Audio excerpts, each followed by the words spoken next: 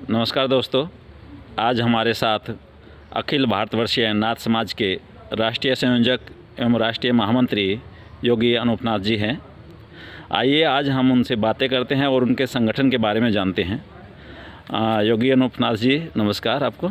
आदेश आदेश। सबसे पहले आपसे हम यही जानना चाहेंगे, जो आपका संगठन है उस संगठन की विशेषताएं क्या हैं? देखिए, जो अखिल भारतवर्षीय नाथ समाज का जो संगठन है, ये 1976 में दिल्ली में रजिस्टर्ड हुआ और ये पूरे भारतवर्ष का ऐसा एक संगठन है जिसमें गृहस्थ और विरक्त दोनों योगी और जोगियों को साथ में रखा गया है और जिसमें योग की शिक्षाएं देने के लिए और विशेष तौर से जो आदिनाथ की जो परंपराएं हैं, 84 सिद्धों की, 9 नाथों की जो परंपराएं हैं, उनके ज्ञान का विस्तार करने के लिए और कैसे वो एक सामाजिक जीवन के अंदर काम आ सकती हैं, उसको लेकर के मुख्य रूप से संगठन का निर्माण हुआ है। आप बिल्कुल, अगर आपकी बात से हम हो सकते हैं कि सहमत हो, लेकिन अभी हाल में देखने में आया है कि आप ही के समाज के अनेक संगठन अस्तित्व में आ रहे हैं, तो इसका आप अपने संगठन को उनसे भिन्न या उनसे अलग कैसे समझते हैं? संगठनों को अस्तित्व में आना तो एक स्वाभाविक प्रक्रिया है। रही बात हमारे संगठन को उन संगठनों से एक अलग प्रक्रिया के या अलग प्रकार से समझने की बात, तो उसमें हम तो अपने संगठन के बारे में बता सकते हैं कि देखिए, किसी भी संगठन के लिए उसका एक रजिस्ट्रेशन होना बहुत ज़रूरी होता है।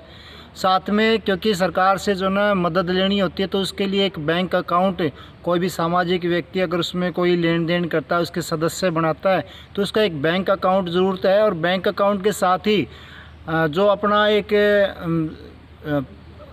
आपका जो ना एक कार्ड बनता है विशेष रूप से टैक्स को लेकर के, वो आपका जो ना कार्ड भी होना चाहिए।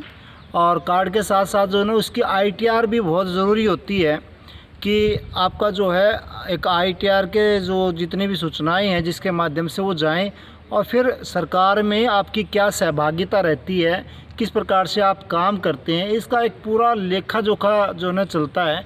और उसी लेखा जोखों के आधार पर मैं हम कह सकते हैं कि जो संगठन है ये पूरे भारतवर्ष में काफ़ी स्थानों के अंदर जो ना अभी भी स्टैंड करता है।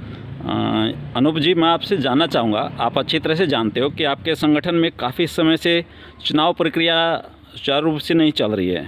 क्या आप समझते हैं कि ये जो संगठनों का उदय हो रहा है, अस्तित्व में आ रहे हैं, इनका कारण एक यह भी है?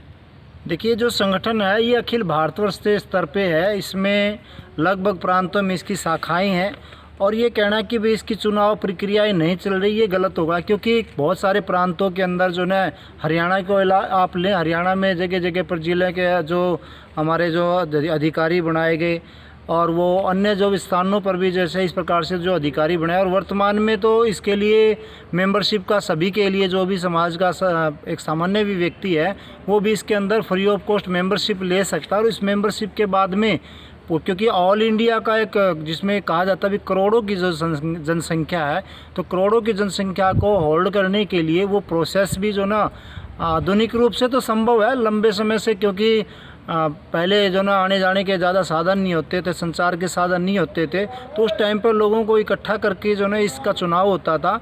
जो पीछे जो ना हमारे राष्ट्रीय अध्यक्ष वो समय समय पर इसको करवाते रहे, जो भी रहे उसमें के अंदर।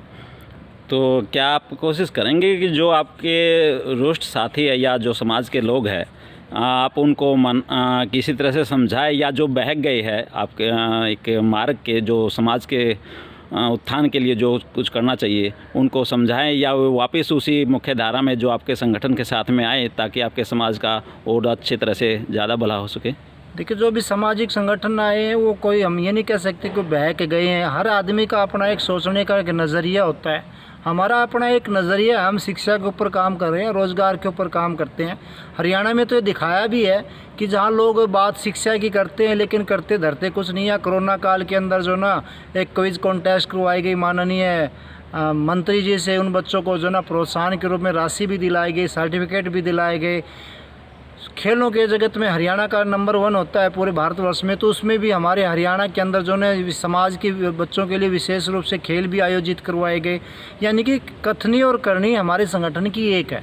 बाकी दूसरे लोग क्या सोचते हैं, उनकी क्या विचारधाराएं हैं, वो तो काफ़ी सारे संगठन तो ऐसे हो गए, जैसे मैंने बताया, उनका पैन कार्ड भी नहीं होगा, उनका जो ना कहीं पर बैंक का अकाउंट भी नहीं होगा, उनका कोई रजिस्ट्रेशन नंबर भी होगा या नहीं होगा, वो वही जानते हैं। अब वो जा कर के समाज में किस प्रकार से लोगों को जा कर के अपनी बातें रखते हैं, बनाते हैं, वो तो वही जाने, या वो समाज के वो लोग जाने जो इन लोगों को जो ना कोई क्वेश्चनिंग, क्योंकि आज तो एक समय शिक्षा का समय, और शिक्षा जगत में तो ये कहा जाता है कि भाई कोई भी बात आप तर्क शक्ति के साथ आप बात करें, किसी को आज बेवकूफ़ आप नहीं बना सकते लंबे समय तक। बिल्कुल सही कहा सर आपने।